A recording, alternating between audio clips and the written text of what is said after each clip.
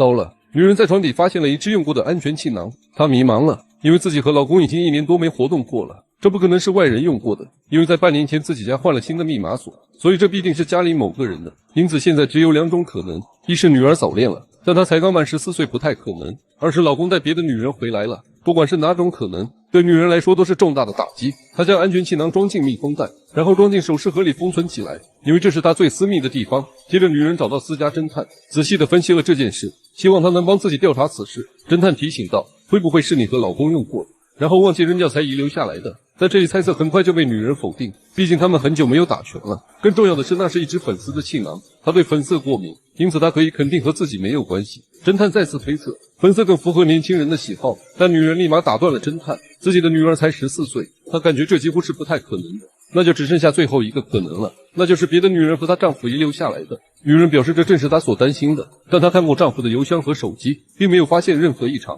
那这究竟是哪来的呢？第二天，她来到女儿的学校，看着刚刚开始发育的女儿，再看看那些男同学们飘忽不定的眼神，女人内心的担忧再次升级。在回去的路上，母亲忍不住内心的疑问终于开口 Are any of your friends, sexually active? 这个不得了了，女人在床下发现一只用过的安全气囊，这可是自己的家，还是在自己的床下。因为自己和丈夫很久没有打拳了，因此她现在怀疑的只有2个人，一个是女儿，一个是丈夫。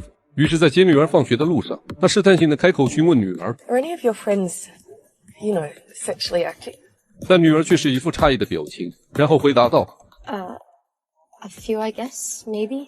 听到女儿的回答，妈妈似乎明白了什么，但她没有很生气，只是平静地对女儿说，自己曾经也疯狂过，但那是在自己成年之后。对于女儿现在这个年龄来说，这件事似乎有些操之过急。她告诉女儿自己没有别的意思，就是希望她不要轻易相信男人，不然会受到很大的伤害，毕竟自己有前车之鉴。女儿听后沉默不语，似乎明白妈妈的话别有用意。女人再次找到侦探，把对女儿的测试告诉了他。从女儿的反应来看，她感觉气囊不太可能会是女儿的，因此现在最大的嫌疑就是丈夫。但侦探告诉女人，这只是你的猜测，你必须要找到确凿的证据才行。接下来要做的就是试探她，看看会不会有新的发现。回到家，女人给她准备了一盘白斩鸡，示意着她最好坦白从宽，可男人却并不明白其中的意思。饭后，女人试探性的询问，丈夫还是一如既往的爱答不理。女人急于寻求答案，索性直接将事情说了出来。I found something interesting the other day while I was cleaning. A condom. 女人在自己床下发现一只用过的安全气囊，她有些懵了，自己都多久没和丈夫打拳了？难道是她在外面偷吃了？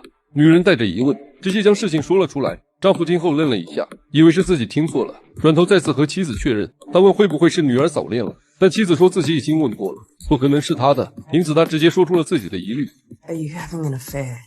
丈夫说自己每天忙得要死，每时每刻都在工作挣钱，根本没时间去干那些。但妻子似乎不太相信他的话，就这样2人侧身睡了下去。到了深夜1点左右，女儿打来电话说自己错过了末班车，所以今天晚上就不回家了，并对妈妈承诺自己会洁身自好，请妈妈相信她。挂断电话，她转身凑了过去。此时的丈夫也没有睡着，他选择相信眼前这个男人，2人的关系也好了起来。第二天，他再次找到侦探，说自己不打算追究气囊的事了。侦探很是意外，难道你不想知道事情的真相了吗？女人说自己相信丈夫，她工作那么忙不可能偷吃，而女儿也表态自己不会过早参与，她更不想失去丈夫或是女儿，所以选择相信他们，就当那只气囊没有出现过吧。但侦探还是建议她直接拿出气囊，和父女2人当面对质，看他们的反应就能猜到是谁了。但女人摇摇头拒绝了他。此时真相已经不重要了。回到家后，女人将那只气囊装进盒子，然后放进阁楼的杂物间。她打算将这个秘密永久封存，一家人继续过幸福的生活。如果你是女主，你会选择真相还是爱呢？